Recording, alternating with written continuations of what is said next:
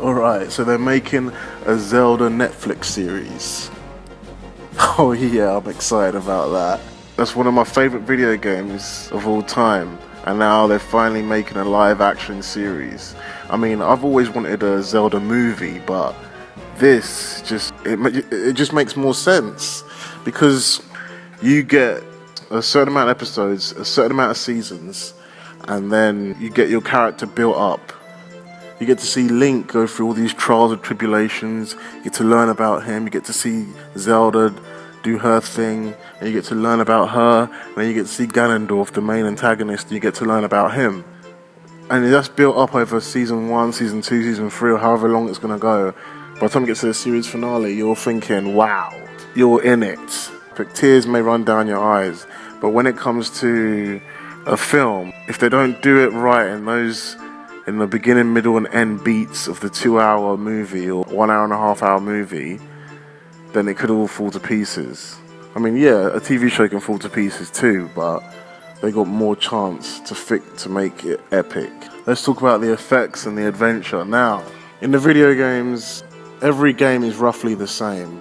You're Link, a young elf boy who thinks he's an elf but really is Hylian origins, and he lives in Kokiri Forest with the other elves, and then he grows and fulfills his destiny of rescuing Princess Zelda and killing the evil Ganondorf. Yes, I know in this day and age, with all this whole Anita Sarkeesian crap and all this other stuff of rescuing damsels in distresses and all that kind of stuff is really looked down upon now, which I think is silly personally, but that's for another video anyway. But no, it's fine, because at the end of the day, Princess Zelda has this alternate character called Sheik, who you essentially think is a man, but you find out is Zelda. Zelda never actually needed saving from Ganondorf, she was already free, and it was just a facade. And that's in the game that I think they should adapt, Ocarina of Time. But I have a feeling they just make go of their own original storyline, which is fine, because every game's the same, as I said. As long as they keep the points of Link being from Kokiri Forest, it goes on to save Princess Zelda. Now, if they do, oh man, that'll be so exciting. It's my favourite Zelda game. It's the true Zelda game, most people would say. And they could even have elements from the other games, like they could have Majora's Mask from Majora's Mask. They could have that as like a season. They could have things from A Link to the Past, or they could even have elements from Four Swords where there's other links. I don't know, I never actually played Four Swords, I don't know why there was other links in the storyline, but you know, they can explore other features from the other games while staying true to the main storyline, which would be Ocarina of Time in my envision of the Netflix Zelda. If they're making Ocarina of Time one, I'd love to see the Dodongo's cavern come to life, and you fight the big monster Dodongo. Well, not you, but Link, because you're not playing now.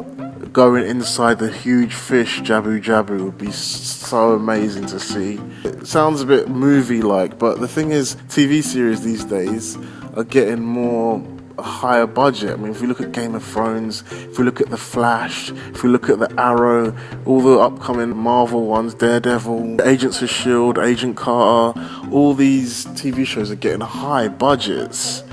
And they're getting decent effects. I mean, they're not as good as the movie effects, but they're believable. If the script is good, if the script is great, the effects won't even bother you that much, honestly. So I think they could pull this off. I think it could be a really good thing to watch. It's really exciting. And I think they should do Ocarina of Time. I honestly do, but they probably would just do an original story. But Ocarina of Time will be so exciting to see all the stage. Obviously, they can add their own dialogue, add their own scenes.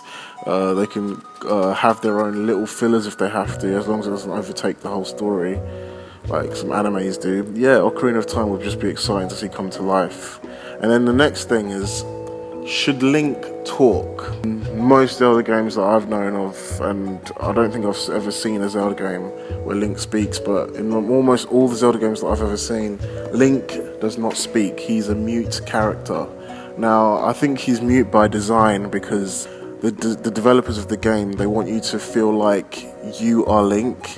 That's why you can choose what his name is at the beginning of the game. If you want, at the start of the game, you can call him Little Prick, or you can call him Weird Boy, or you can call him Chipmunk if you want. You can call him whatever you want. The reason why he can't speak is so you can imagine what his reactions are how he is. And a lot of characters were like that back in the day of video games, where they wanted you to feel more in the shoes of the character. They let you inject whatever personality you perceive into the character. Now, because of this is where the confusion starts. How should Link be portrayed?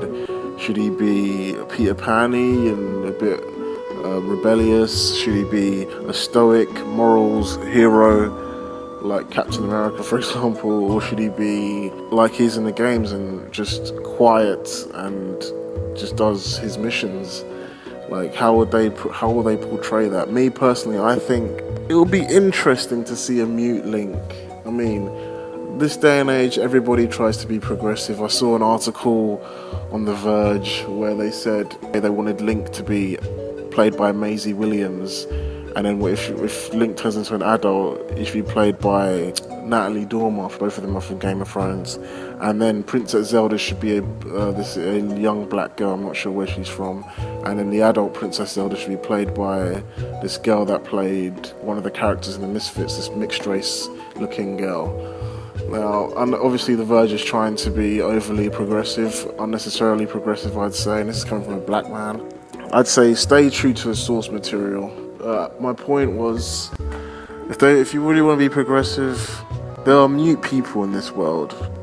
There's people in this world that actually cannot speak. They have speech impediments. They have to use text-to-voice tools in order to speak to people. They may not even be deaf. Like, people can hear, but they just can't speak. There are mute people in this world. And why can't Link be mute and be a hero, you know? That could be quite a progressive thing they could do there. It'll be really interesting. I mean, it'll be extremely hard in a narrative format that needs to reach out to people and, you know, tell a story to people watching. It's not like a video game where you're immersed into it, although you can get immersed into a TV show, but it's a different kind of immersion. But I think it would be quite interesting to make Link mute like in the games. Not only would it be accurate to the source material, a lot of fanboys and girls would enjoy that, the accuracy, but also it's quite progressive, allowing mute people a chance to shine on TV for once, you know? Like, just because you're mute doesn't mean you don't have anything to contribute. I'm pretty sure they're going to make him talk, but if they make him mute, that'll be interesting. Be bad for the actor though, wouldn't it? Not really, I don't know. Yeah, I'm really excited about this. I want the Master Sword, the Hylian Shield, the Mirror Shield, even Majora's Mask. This could be a really great show. Now, the whole thing about it being a family-friendly version of Game of Thrones, that's what they're going for. That's how they describe the show. Now, that sounds good to me. I'm all for that. That's the best way to go about it. Obviously, nowhere near as gory or as sexual or as violent as Game of Thrones. Obviously not. Zelda, the games aren't even like that. But the thing is, I want an element of darkness. I don't want them to go all silly. Well, there can be silly scenes, of course, but I don't want them to go all serious and gory, which I'm pretty sure they won't. I wouldn't mind that, me personally, myself, a serious, gory Zelda movie, but obviously they can't do that. So I want them to be somewhere in the middle, somewhere where it can be scary, but like an adult can enjoy it. Like, I played Ocarina of Time when I was 9-10 years old. I'm 26 now, and I'd just love to see a representation that the 26-year-old version of me can enjoy, while the 10-year-old version of me can just have a nostalgic feeling of excitement seeing my, you know, video game hero come to life in live action form. You know, that would be amazing. And I'm really looking forward to this Zelda, and I hope they do a good job on it. I'm hoping that they maybe stick to this Ocarina of Time storyline. Though I wouldn't mind if they have their own original one, which is probably the most likely thing they'll do, but if they do Ocarina of Time, wow. They'll probably take elements from all the games and just make their own one, which is still pretty cool. Ocarina will be in it, Majora's Mask will be in it, but I'd like the main thread to be Ocarina of Time, but we'll see. We'll see what happens with this Netflix show. Still early days yet, but anyway, if you liked what I said, if you have any thoughts yourself, please write in the comments, we'd love to see it. Tune in for more videos.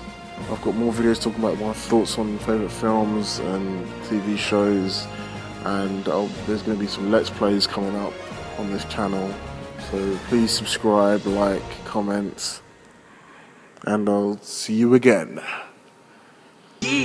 It sure is boring around here. My boy, this peace is what all true warriors strive for. I just wonder what Ganon's up to.